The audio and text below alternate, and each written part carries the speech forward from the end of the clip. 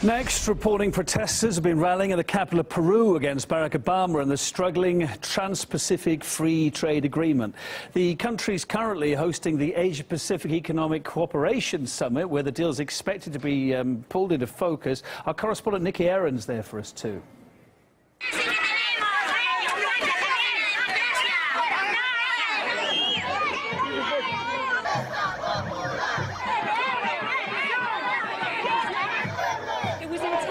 Obama's valedictory tour, his final international trip before he steps down as President of the United States. But it's a tour which has been marred by scenes such as this.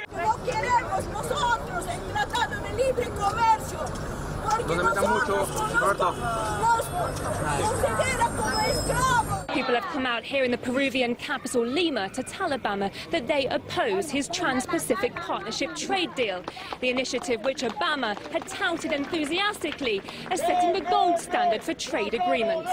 But observers say it may already be dead in the water. With President-elect Donald Trump due to take over on January the 20th, he's already said he opposes the deal. Obama's arrival in Peru comes after the European leg of his tour was met with hostility. In Greece, protests descended into chaos and violence. And if Obama is expecting a warmer welcome here in Peru, that expectation may be short-lived. Riot police have now surrounded the area where the protest is taking place. It's a considerable heavy police presence considering the amount of people actually taking part in the process. President Obama was undoubtedly hoping his farewell tour would end on a positive note. But if these scenes over the past few weeks are anything to go by, it could be anything but. This is Nikki Aaron for RT, Lima.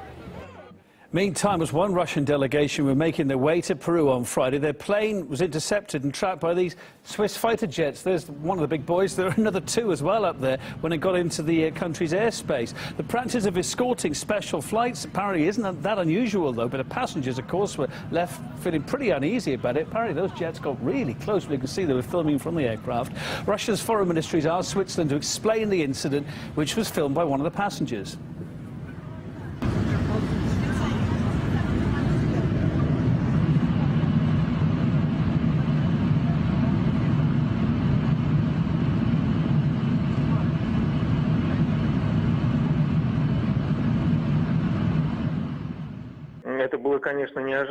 It was really unexpected. 3 Swiss Air Force jets surrounded us, 2 on both sides, the third from below.